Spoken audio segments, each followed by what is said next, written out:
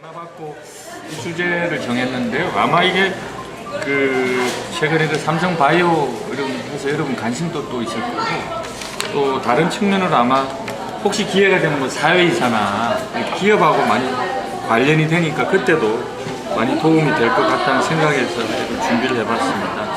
그래서 크게 이제 네 개 카테고리인데, 첫 번째가 회계라는 게 여러분 뭐 어떻게 생각하시는지 모르겠지만 학교에서도 여러 가지 뭐 사업을 할 때 산단에서 많이 불편해 하죠, 그죠? 회계라는 게 자금을 쓰고 나면 뭐 증빙 이런 거.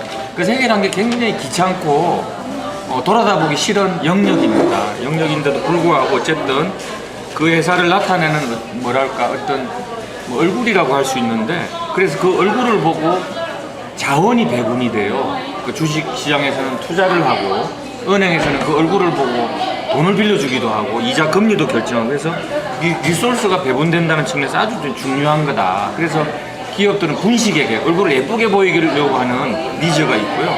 또 거꾸로 이게 그거를 갖고 세금이 부과되기 때문에 또 역분식, 얼굴을 일부러 안 예쁘게 하려고 하는 그런 니즈도 상존하고 있는 그런 겁니다. 아무튼 이 부족한 자원이 부족한 이 현실에서는 굉장히 중요한 역할을 하고 있는 거고요.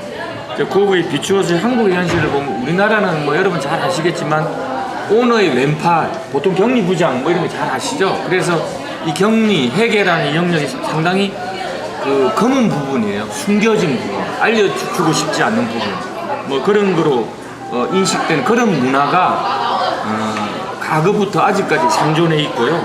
그래서 이 만연한 분식 회계에 대해서 별로 죄책감이 없습니다. 그런 걸 열심히 잘하면 유능한 친구고, 내 왼팔이고, 내가 인생 끝까지 책임질게, 너 깜빵 한번 갔다 와, 뭐 이런 게 아주 만연된 그런 이 분야고, 그래서 상당히 갈등이 많이 있는 그런 영역이라고 할 수 있습니다. 할 수 있고, 또 그거를 감시하는 아주 중요한 역할이 회계감사. 여러분이 아마 공인회계사를 많이 들어봤을 텐데, 그 감사인이 그 중간에서 얼굴이 제대로 표현이 되게 역할을 해야 되는데, 현재 주식에서 외부 감사에 관한 법률에 의거해서 자산이 100억 이상이 되면 세부적으로 여러 가지 있는데 외부 감사를 받아야 된다. 의무적으로 공인회계사 감사를 받아야 되는데요.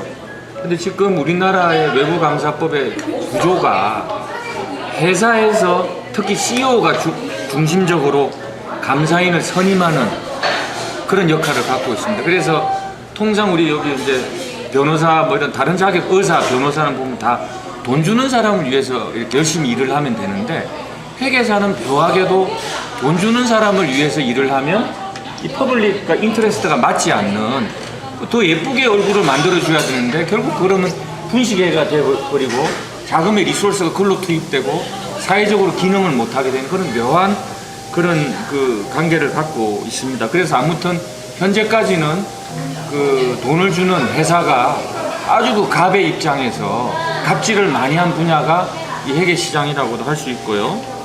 그래서 이제 이런 거를 이 제도가 이제 원래 미국에서 이렇게 출발이 됐고, 그래서 이게 이제 전 세계에 퍼져 있는데, 그래서 이런 거를 개선하기 위해서 우리가 뭐 상법이라든가 이런 법을 개선하면서 기업 지배 구조를 개선을 하자. 오너의 어떤 그런 영향력에 놓여져 있는 이 기업의 지배 구조를 뭐 독립성과 전문성 있는 사회이사도 좀 선임을 하고, 회사 내에 감사위원회라는 걸 설치를 해서 외부 감사인이 제대로 역할을 할 수 있도록 좀 서포트도 해주고, 그 다음에 감사 선임 시, 회사 내부 감사 선임 시 의결권도 제한을 하고 뭐 등등 이런 기업 지배 구조 개선이 많이 있어 왔고, 또 외부 감사인 내지는 내부 감사인이 책임을 강화시킨 여러 가지 제도 개선이 있었는데, 뭐 여러분 뭐 들어서 알겠지만 과연 이 사회이사나 감사위원회가 제대로 역할을 하고 있느냐, 이거에 대해서 상당한 회의가 있는 것도 사실입니다.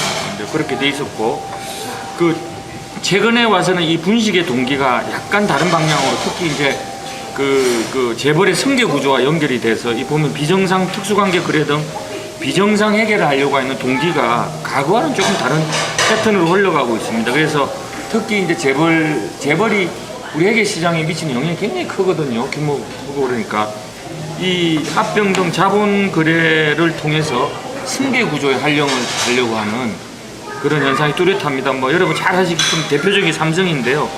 또 아주 간단하게 하면 에버랜드, 이재용이 그 에버랜드의 신주 인수권, 뭐 어쨌든 주식을 좀 부여할 수 있는 권한을 약간 비정상적인 형태로 신주 인수권을 부여받아서 에버랜드의 대주주가 되고, 에버랜드는 비상장회사입니다. 그래서 에버랜드와 제일모직의 합병을 통해서 이게 상장이 되고, 또 최근에 이 제일모직이 삼성물산, 그러니까 구삼성물산이죠. 합병을 통해서 제일모직이 구삼성물산을 인수하고 합병을 하고 상호를 또 삼성물산으로 바꾸죠. 그러면서 상당 부분 승계 구도가 완성이 돼 있어요. 그걸 통해서. 그래서 뭐 여러분 잘 아시겠지만 그 국민연금 그 투자본부장과 보건복지부 장관이 구속되고 뭐 그런 현상이 지금 벌어져 있는데, 뭐 이런 거를 통해서 승계 구조를 활용을 하든가, 또 자녀 소유의 비상장 기업의 일감 몰아주기나 부당 사업 기회 제공, 통행세적인 중간 마진, 뭐 이런 게 대표적인 게 현대 글로비스 같은 게 물류회사를 통해서 비상장인 상태에서 물류 상장으로 하고, 또 뭐 여러분 비행기 대한항공 보면 막 스카이 면세점 보면 그게 비상장 회사 그 자녀 세 사람이 소유하고 있는 비상장 회사입니다. 그래서 거기에 이렇게 되는 그런 이제 이런 것들이 특수관계자 거래라든가 뭐 이런 걸 통해서 회계에서 주속 공시를 통해서 잘 표현이 돼야 되는데, 그런 게 뭐 제대로 안 되고 있다든가 그런 일들이 벌어지고 있습니다. 그래서 이제 회계 분야에서는 이런 거를 개선하기 위해서 위에서 얘기한 이런 지배구조 개선만 갖고는 안 되겠다. 그래서 혁명적인 변화가 그 두 번째 보시면 외관법 개정 등 회계 제도 개선이 있었습니다. 그래서 그게 가장 중요한 것 중에 하나가 감사인의 주기적 지정 제도라 해가지고 6+3입니다.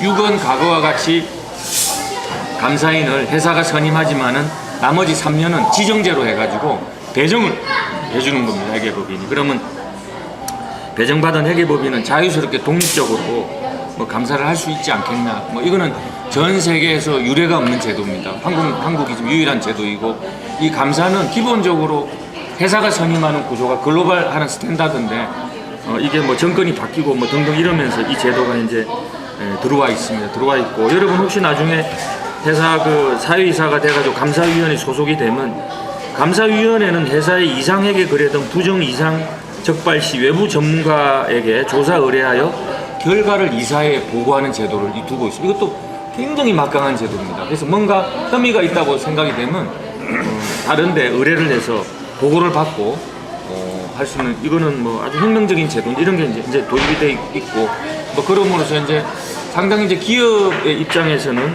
상당히 불안해하고 있죠. 뭐 이렇게 돼 있습니다. 돼 있고, 뭐 이거 이전에도 이제 우리가 국제회계 기준이라 그래서 우리나라 회계 기준에 어떤 좀 문제가 있다. 회계 기준이 굉장히 정치적 산물이거든요. 이해관계인들이 많이 영향을 미치고 제도를 만드는데 영향을 미쳐가지고 자기한테 유리하게 기준을 만들고, 그러니까 그것보다는 독립적으로 글로벌로 인정되는 글로벌에 우리가 IFRS 국제회계 기준을 도입하지. 근데 이게 문제가 많아요. 국제회계 기준이 글로벌을 포섭하는 기준이다 보니까 기준이 굉장히 구체적이지 않고 원칙 중심이에요. 뭐 이런 원칙을 구현하기 위해서 이렇게 하라는 정도의 어떤 그가 디테일이 없습니다. 근데 우리나라는 굉장히 기본적으로 성문법 국가고 룰 베이스의 국가인데, 이 그 IFRS나 이거는 유럽에서 출발을 한 거고, 거기에 상당히 이제 불문법 국가들 이런 히스토리가 많이 쌓여 있는 그런 거에 베이스가 돼 있다 보니까 이 기준과 한국에서의 어떤 여러 가지 그게 충돌이 되는 이런 현상들이 벌어지고 있고, 그의 대표적인 사례가 삼성바이오로직스입니다. 그래서 삼성바이오로직스를 간단하게 말씀을 드리면, 삼성바이오로직스라는 회사는 그 CMO라 해가지고 그 생산하는 회사예요.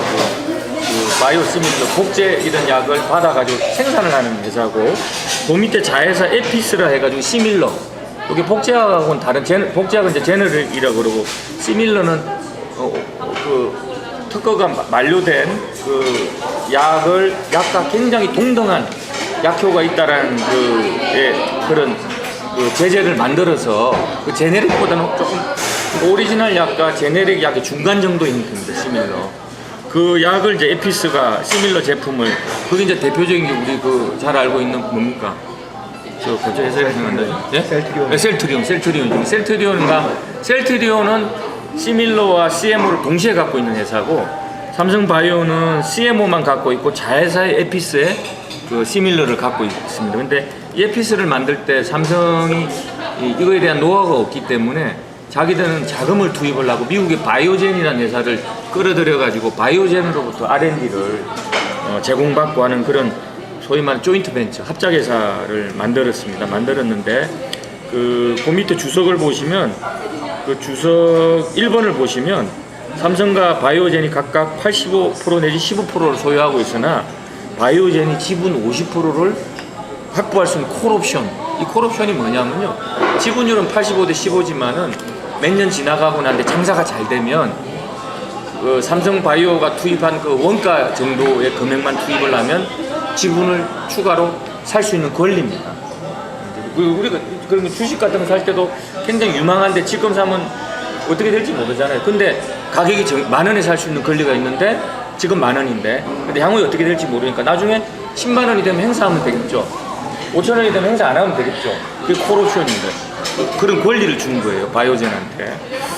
그래서 이제 그런 거를 줬고, 근데 어쨌든 출발하는 단계에서는 삼성바이오가 에피스를 경제적 실체가 삼성바이오와 에피스는 경제적 실체가 동일하다고 보고 우리가 연결이라고 그러는데 재무제표를 둘이 합쳐서 만드는 그런 형태로 가다가 15년도에 바이오젠과 삼성바이오가 이 에피스를 공동 지배한다. 왜?